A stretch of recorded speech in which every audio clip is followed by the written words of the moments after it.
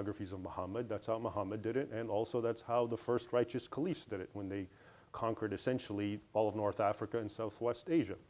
So now the concept of jihad, when you look at it and you examine it through Sharia law, you discover that it is actually an obligation. It's an obligation on the Islamic body, no different than, prayer, fasting. The only difference with it is it's what's called in Arabic a fard kifaya, which means it's an obligation on the entire Islamic body that as long as some Muslims are actively upholding it, the rest are exonerated. So not all Muslims have to go on jihad. But so this is what the problem is from what I understand and the way I see it. To try to dismantle the concept of jihad as military expansion is it will be no less difficult than trying to dismantle things like 5 prayers in Islam. Because again, it's done through a strict methodical way, and the jurists have extrapolated these rules and these worldviews that became codified in Islamic law based on the same methodology. So the same methodology that has made jihad to expand until it essentially governs the entire world, not to force people to become Muslim, but at least until Islam has hegemony over the globe and Sharia is implemented. If you're a Jew or Christian, you can still maintain it and be what's called a dhimmi, which is essentially, in our understanding, a second-class citizen. But so this is ultimately the problem. This is a codified worldview. So now when someone says Osama bin Laden, he's a violent guy, look what he's doing, he's taking things out of context. Well, in certain ways he is, but in certain ways he's not. And you'd be surprised at the way they are able to rationalize their actions based on the Sunnah, the example of Muhammad. So let's look at 9/11, for example. 9/11 was, you got planes crashing, you got innocent women dying, even though there's a lot of hadiths and a lot of jurists who said in Islam, don't kill women, don't kill children, don't do this, don't do that. So how was 9/11 at all being justified through Islam? Al-Qaeda has gone out of its way to actually make what would appear at least plausible arguments based again on the way of articulating jihad through Islamic sources and through Sharia. So for example, they'll say that the Prophet Muhammad used catapults when he was invading infidel territories. And these infidel territories, the one I'm thinking of is the town called Ta'if. This was just a town that refused to submit to Islamic rule. And so according to the biographies, he used catapults. And the scholars have subsequently looked at that fact and said, since Muhammad used catapults, knowing full well that women and children were probably sheltered amongst the infidels, then therefore that becomes a precedent and we can use it. It becomes a sunnah. Now, of course, others will argue with this, but as you can see, Al-Qaeda and radicals, at least as long as they're able to come up with somewhat of a rationalization, it works.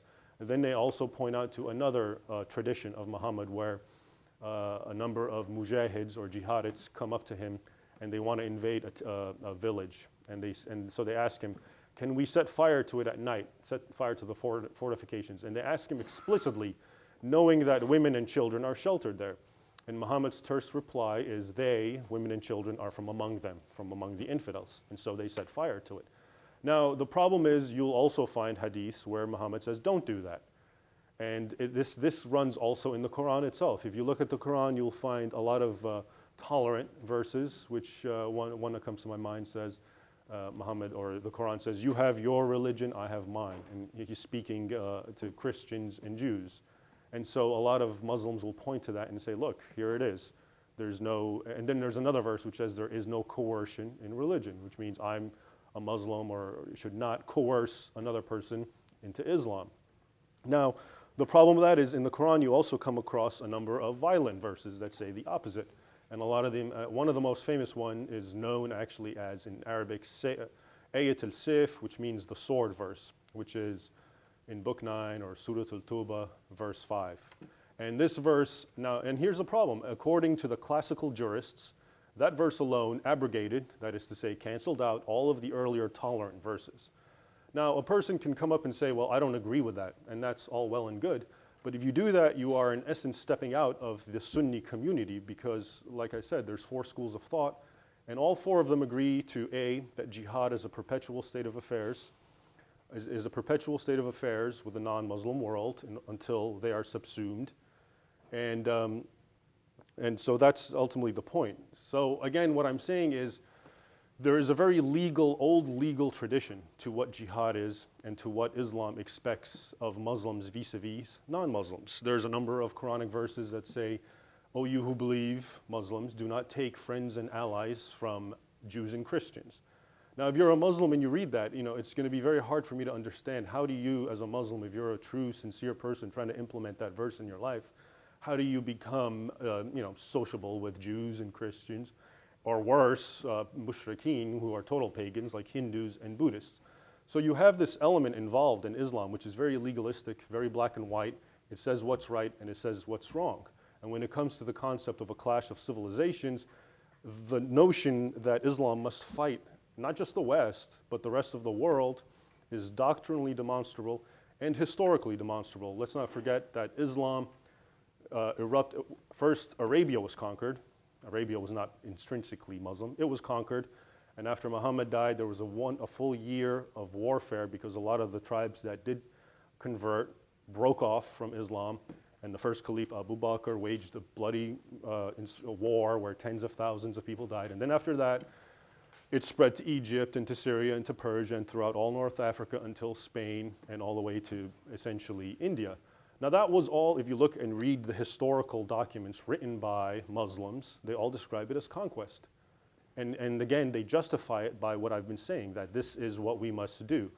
And again, if you continue looking at it, you find this thing went on all the way until, the Ottoman Empire started invading Eastern Europe and the Balkans, conquering it. And then I think what happened and why this is very difficult for people to understand today in the West, whereas a few generations ago or centuries ago, non-Muslims would have no problem with this argument, is that we've kind of lost track of history. And so we look back, if you were born in this era or whatever and you live here, you look at the Muslim world and you don't see violence. You don't see Muslims screaming jihad, let's kill the world. But you have to ask yourself, is that because they have completely dismantled the concept of jihad and therefore they've thrown it overboard and it no longer matters? Or is it because they're in a state right now where they are incapable? Can the Islamic world, even if it wanted to, wage a jihad against the rest of the world and conquer it? No, it can't. And even legally it can't do it because it doesn't have a caliphate and it doesn't have an imam. So I think we in the West are suffering from an epistemological problem understanding this, this legalistic aspect, not least again because lots of people in the West come from a Christian heritage and they can't begin to comprehend a religion that is so fixated in black and white terms and not about a spiritual thing. So in the West, someone will say, well, I'm a Methodist, I'm a Catholic, I'm a Protestant, I'm this. I believe this, I interpret it this way. I'm not saying that doesn't exist in Islam, but if you're going to be a standard Sunni who belongs to one of the schools of jurisprudence, you can't simply discount 1,400 years of tradition and an articulation of Islamic doctrine and theology. And one last point is I don't discount the whole concept that poverty I do believe that there's a lot of grievances involved in the Islamic world and that poverty helps create discontent and frustration and that a lot of people may end up articulating it through an Islamic paradigm. But one of the questions that occurs to me is if you look at the whole world, it's not just the Islamic world that is impoverished and it's not just the Islamic world that is living under dictatorial regimes. And yet, so that's to me always been a question. In other words, I haven't heard of a Cuban driving a truck laden with dynamite into a Cuban building saying Jesus is great. And I haven't, so again, it seems to me there's precedence in the Islamic, in the theology to lead to this sort of thing, to jihad. And ultimately, because it is a doctrinal thing, it's not something open to dispute. If you say, I'm not going to do this, that's tantamount to saying, I'm not following the words of God. That causes a problem as opposed to it just being a man-made philosophy or an ideology which can always be dismantled and just overlooked, such as, let's say, Nazism by post-Nazi Germans. So, thank you.